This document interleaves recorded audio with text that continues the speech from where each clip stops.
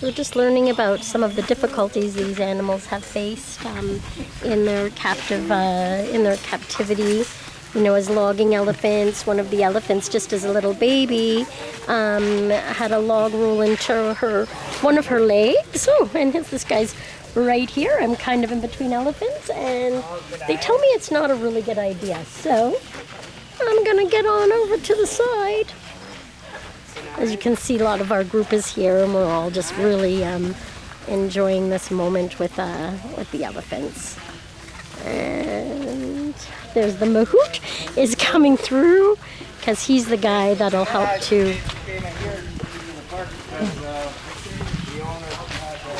There.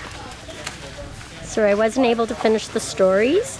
But yeah, anyhow, as a baby elephant, one of the logs rolled into her leg, and while that was healing and she was learning how to re-walk, she dislocated one of her shoulders, and then they continued to work her in the logging industry.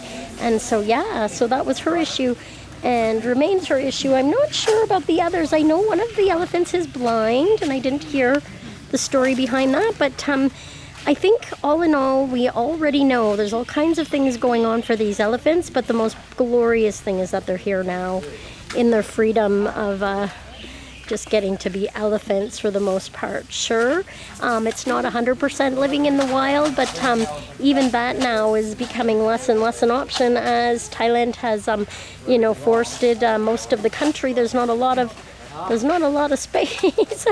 There's not a lot of space for the poor things to live in their natural, 100% natural world. And although this is not 100% a natural world for them, they do everything they can to make it that way. They have a hands-off policy now and are working towards hands-free and having people observe from the skywalk. And as you can see, we're all invited down here for the tour and for the introduction to these beautiful animals. But again, it's hands-off and it's educational, and you think to yourself, oh, I'd really love to reach out and touch one of these characters. I'd really like to be near them, bathe them, do all these things to them, but that's not natural. And so we're working all the time towards something more and more natural. And I do see somebody feeding them, and we're not supposed to do that, but I guess sometimes we just have a hard time following the rules, and that's okay. I get that too. Oh, I'm not sure what was in the cup there. Yeah. This guy is called a mahout, and he's the caretaker of these elephants, making sure that they stay safe and we're safe. And so as I was saying, even if these guys were let back out into the wild, and if they made their way into any of the villages and tore anything apart, then their life becomes threatened then as well. And with deforestation in Thailand and Sri Lanka and some of these other countries, I believe in India, Africa, like we're having less and less habitat for the elephant to live wild in their natural habitat. And in Sri Lanka, I want you to know that these beautiful elephants are often being chained in temples in the name of Buddhism, and Buddhism has nothing to do with chaining animals. And unfortunately, a lot of them are dehydrated. They don't get water when they need it. The natural habitat would offer for these guys a way to throw dirt on their backs in the heat of the sun and to mud bathe and lay in the water, and that's not being provided for the elephants in Sri Lanka. So if you have the opportunity to stand against that in any way, shape, or form as tourists or as people from the West, we beg of you to do that, because the minute that we stop putting baskets to ride these elephants up on their backs in the tourist industry, will be the minute that a lot of these industries have to take a look at how they're doing business and sustaining profits to keep their businesses alive and running. But also, let's also be compassionate enough to know and say that most of these elephant operations are doing what they're doing because they, like the rest of us, have families to feed.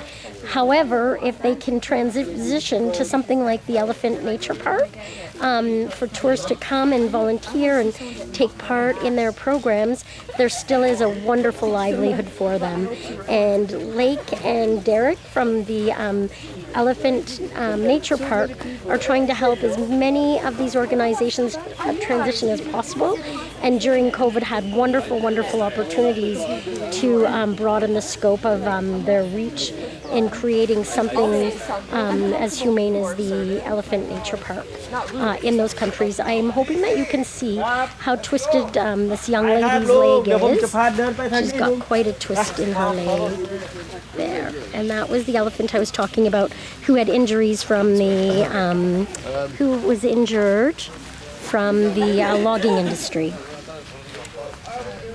The log rolls into her leg, she relearns how to walk, and in doing so, throws her shoulder for good on the other side.